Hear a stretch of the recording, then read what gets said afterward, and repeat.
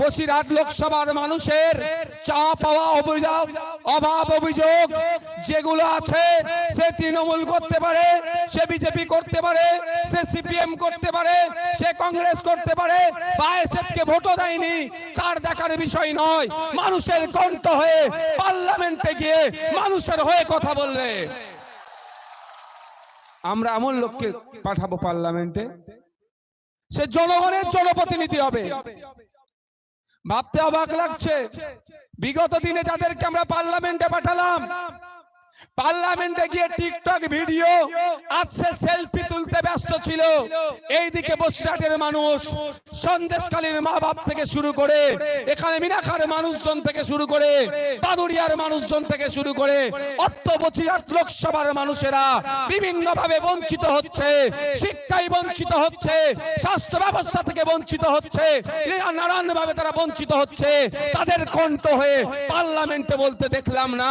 তাই সময় এসেছে ইন্ডিয়ান সেকুলার ফ্রন্টের পক্ষ থেকে জনাব আখতার রহমান বিশ্বাসকে আগামী দিনে ভোট দিয়ে পার্লামেন্টের মধ্যে পাঠান।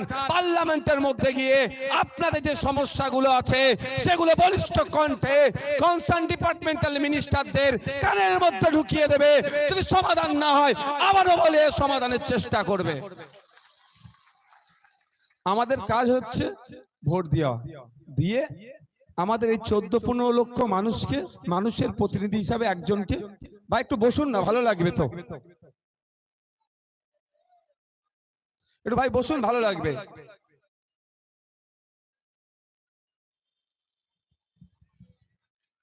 আজকে এখানে অনেক মানুষ আসতে পারেনি, বাজারে এসে চায়ের দোকানে বসে আছে, ভাইজানা কি বলছে শুনবে, কিন্তু এই গ্রাউন্ডের মধ্যে এসে পৌঁছাতে পারেনি, সাহসে কুলোয়নি।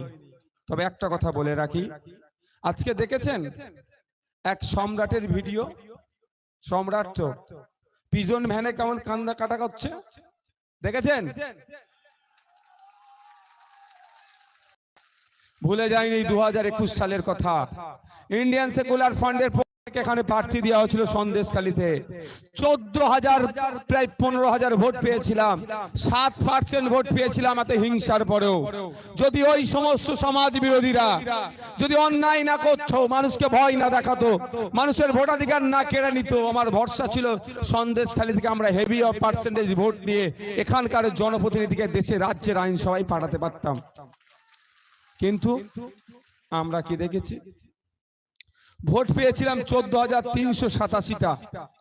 এই 2021 সালে আমরা ভোট পেয়েছিলাম। আপনাদের মধ্যে অনেকে ভোট তো দিতেই পারেননি। যদি দিতে পারতেন তাহলে ভোটের পরিমাণটা কোথায় গিয়ে পৌঁছাতো? সে ভাঙড়ের লোক শান্তিপূর্ণভাবে ভোট দিতে পেরেছিল বলে লক্ষাধিক ভোট পেয়েছিলাম, 1 লক্ষের উপরে পৌঁছে গিয়েছিল। সন্দেশখালীর মা বাপ ভাইয়েরাও যদি ভোট দিতে পারতো ঠিকভাবে, তাহলে 14,387তে ভোটটা দাঁড়িয়ে থাকতো না, ওই ভোটটাও লক্ষাধিক পার করে দিত। যেটা আগামী লোকসভাতে মানুষ শান্তিপূর্ণভাবে ভোট দেবে।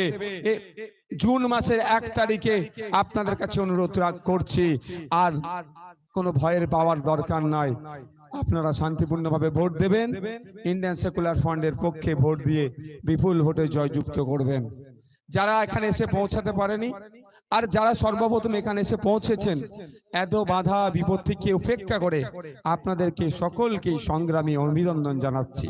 যারা এসে পৌঁছাতে পারেননি, বাজারে বসে শুনছেন, তাদের উদ্দেশ্যেও বলবো, আজকে বসিরহাটকে নিয়ে, সন্দেশখালীকে নিয়ে বিজেপির মতো রাজনীতি করছে, তৃণমূল আবার তৃণমূলের মতো মলম লাগানোর চেষ্টা করছে।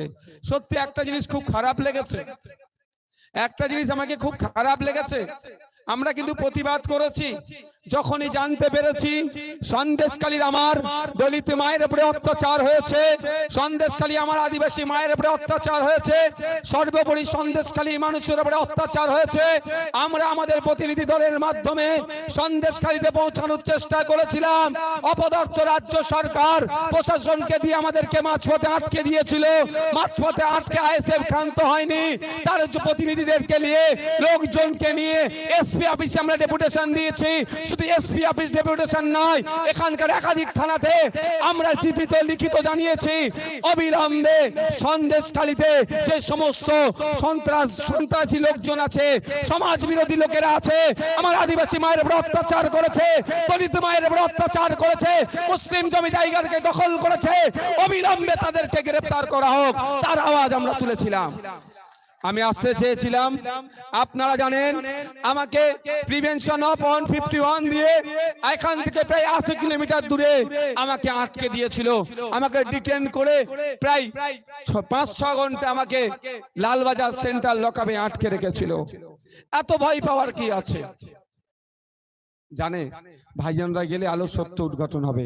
তাই আমাদের ঐক্যবদ্ধ প্রচেষ্টার লড়াইয়ে শাসক বাধ্য হয়েছে একে একে একে একে তার ছোট বড় মেজ সেজ নেতাদেরকে এখানে ধরে অ্যারেস্ট করেছে। সর্বোপরি কোর্টের যখন চাপ খেয়েছে, তারপরে বড় রাঘব বোয়ালকে জেলের মধ্যে নিয়ে গিয়েছে। কিন্তু একটা বিষয় সত্যি আমাকে দুঃখ লেগেছে, ওই কথাটা আমি ব্যথিত হয়েছি খুব।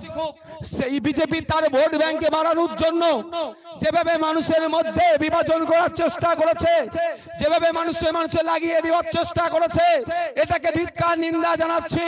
যখন বলেছে যে দেখে দেখে নাকি আমার মা যদি বোনকে, আমার আদিবাসী বোনকে নাকি মুসলিম সমাজের পক্ষ থেকে নাকি অত্যাচার হয়েছে, এটা যখন বলেছে খুবই ব্যথিত হয়েছি।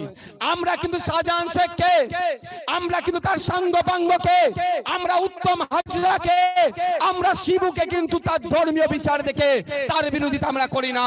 তার অন্যায়টাকে দেখে যে অত্যাচার করেছে তার আমরা বিরোধিতা করি।